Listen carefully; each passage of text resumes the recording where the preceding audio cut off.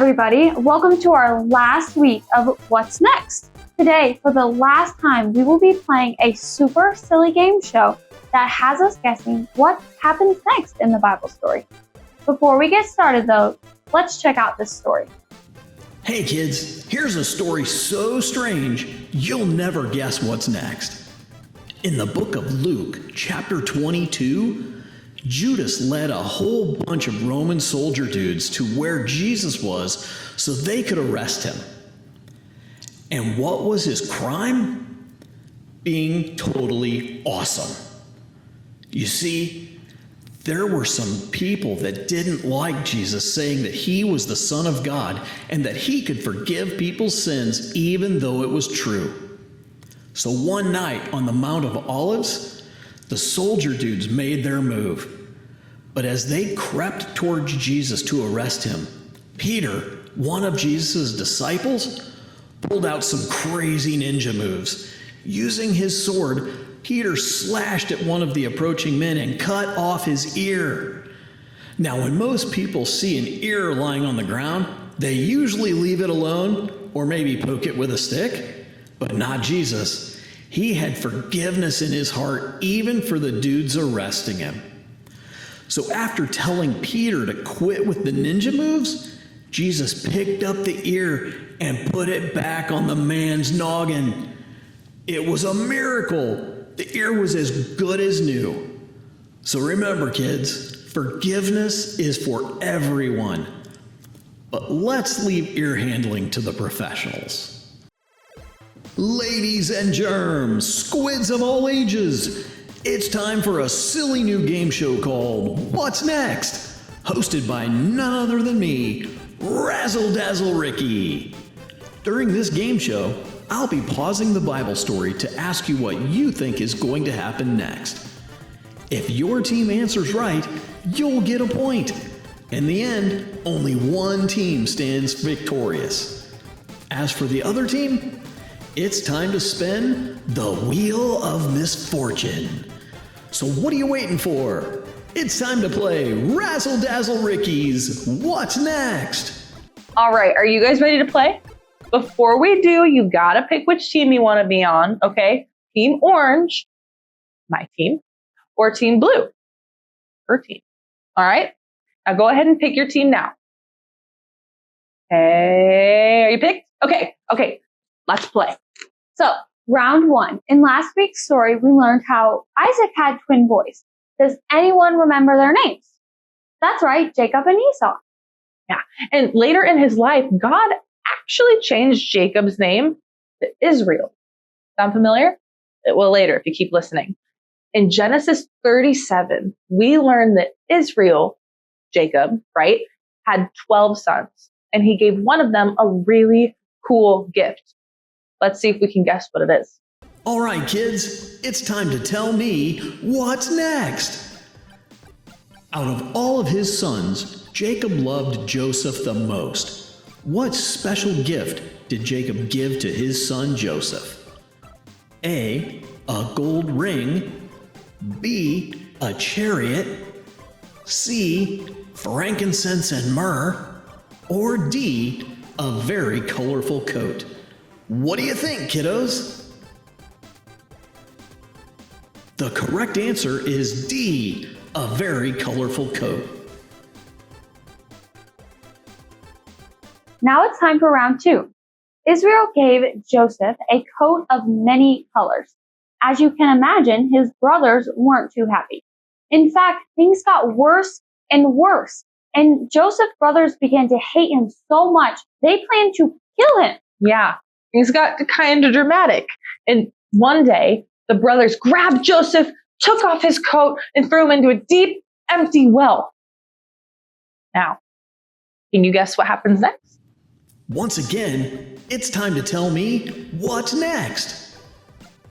Most of the brothers planned on letting Joseph die in the well. But then one of his older brothers, Judah, came up with a quick plan to save his life. What was Judah's plan? A, make Joseph work for the brothers as a slave. B, tell their dad Israel so he could stop them. C. Sell Joseph as a slave to some traders. Or D.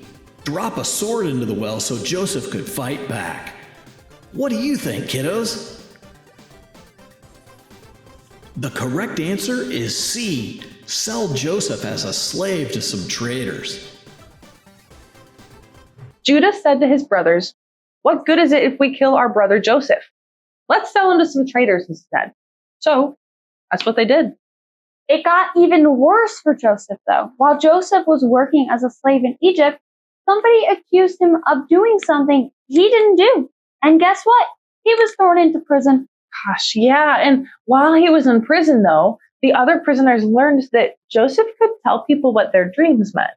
And Pharaoh, the king of Egypt, heard about this and sent for Joseph to interpret one of his dreams. After hearing the dream, Joseph thought for a minute. He had it. Joseph explained to Pharaoh that there would be 7 wonderful years of crops, but after that, there would be 7 years of famine, a time when food wouldn't grow and there wouldn't be enough to eat. So let's guess what's next. Ready or not, it's time to tell me what's next. After interpreting his dreams, Pharaoh was so impressed with Joseph that he did something very unexpected. What did he do? A. He put Joseph in charge of the whole land of Egypt. B. He gave Joseph permission to marry his daughter. C. He made the prison guards work as slaves for Joseph. Or D. All of the above. What do you think, kiddos? The correct answer is A. Next in our story, Pharaoh actually put Joseph in charge of the whole land. He was now the second most powerful person in all of Egypt. The only person above him was Pharaoh himself. Now, he would make sure that Egypt stored up food during the 7 good years so that everyone would have enough to eat during the 7 years when crops couldn't grow. When the famine finally hit, guess who showed up to get some food from Joseph? Joseph's brothers. Can you imagine that? These were the brothers who hated Joseph so much that they threw him in a pit, planned to kill him, and sold him into slavery. Now, Joseph was in charge. If he wanted to, he could get revenge. He had the power to have them arrested or even killed. Let's see what happens next. Hey kids, it's time to tell me what's next. After pretending like he didn't know who the brothers were, Joseph finally revealed himself. What do you think he did to the brothers? A. He had them all thrown into prison except for Judah. B. He made them work as his slaves. C. He forgave them. Or D. He threw them into a pit. What do you think, kiddos? The correct answer is C. He forgave them. Joseph said to his brothers, "Don't be angry with yourselves because you sold me here. God sent me ahead of you to save many lives." Then Joseph hugged and cried over his brothers. Can you imagine that? Instead of getting revenge, Joseph forgave them. All right, so that's our story for today. So I think it was really tight, but It was. I think I won by 1. Yeah, I only got 3. Man, I'm good. So But- what does that mean I have to do? I think you gotta spin the wheel of misfortune. Okay, let's see. Straw. Oh, So this means that I have to use a straw to try to pick up 5 goldfish. Goldfish crackers. real goldfish is next week. All right, I'm gonna try to do it. Okay.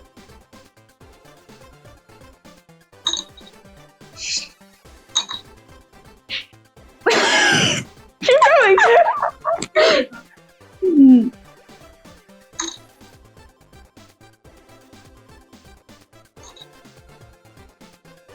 I got it.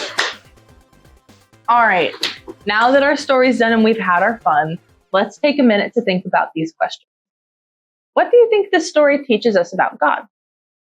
How do you think Joseph was able to show that much forgiveness to his brothers? Can you imagine how hard it must have been for Joseph to forgive his brothers for doing something so terrible? When people say or do really mean things to us, it can be hard to let it go and to forgive them. Let me show you what I mean. Does anyone know what a grudge is? Holding on to a grudge means you're not willing to forgive someone. Holding on to a grudge is kind of like holding on to a rotten banana, right? I mean, here, let me show you, okay? Let's say that you're hanging out in your yard with your really good friend, Buster McFlusterpants. That's actually his name. At some point, these other neighbor kids come over to ask Buster if he wants to play with them. But they say that they just want Buster, not you. And just like that, Buster says, sure, and walks away with the other kids. You can't believe it. He totally just ditched you, and now you have to figure out what to do. Yeah. And now you can go talk to Buster McFlusterpants, or you can try to work it out with him, or you can hold on to this, right? It's a grudge. Unfortunately, you decide to hold on to the grudge. The next day at school, Buster finds you and says, hey, sorry about yesterday. That wasn't cool. You want to play something at recess? Now you have to decide again. Are you going to forgive, or are you going to hold that grudge even tighter? And you think about it for a second, but then you tell your friend, get lost. You decide to hold on to your grudge even tighter. Later that day after school, Buster knocks on your door and asks if you want to play video games over at his house. That sounds pretty fun, and you really want to, but you're still so mad. And so now, again, you have to decide. Are you going to forgive your friend, or are you going to hold that grudge even tighter? And just like before, you decide to hold the grudge even tighter and you yell, we're never playing again. And you slam the door in Buster's face. And it starts to look like this, right? Take a look at these bananas, everyone. This is what holding on to a grudge is like. Grudges are ugly and rotten and gross. And when you hold on to them too tightly and for too long, they make a big, fat, slimy mess. You know what? I think Joseph probably knew that holding a grudge was messy. So he forgave his brothers instead. But I think there was something else that Joseph knew that made it easier for him to forgive. Joseph knew that he should forgive his brothers because God had already forgiven him. That's what our Bible verse for today teaches us. Ephesians 4, verse 32 says, be kind and tender to one another. Forgive one another, just as God forgave you because of what Christ has done. Even though we sin against God, He doesn't hold a grudge against us. God is always quick to forgive us. And in the same way, God is so quick to forgive us, He wants us to be quick to forgive others, just like Joseph did for his brothers. Sometimes the best way to forgive others is to think about how God has forgiven you. We're going to practice that right now. We're going to go ahead and pray. And while we do, I want you to ask God, who is someone that you need to forgive? If you can find a piece of paper at home, write their name or multiple names if you get multiple people on it, and then crumple it up. I want you to pray, God, because you have forgiven me, I can forgive others. And then put it on the ground while you pray and tell God that you forgive that person. All right, so we're going to pray right now. So close your eyes and think of a person. God, we know that we should forgive others because you have forgiven us when we messed up. Show us who we've been holding on a grudge against and who we need to forgive today. God, we ask you to show us that name right now. We know that you will help us to forgive them. Amen. All right, now it's time for a blessing. Go ahead and hold out your hand like you're receiving a gift as we pray it over you. May you forgive others just like God forgives you. and may you know that nothing is too big for God to forgive.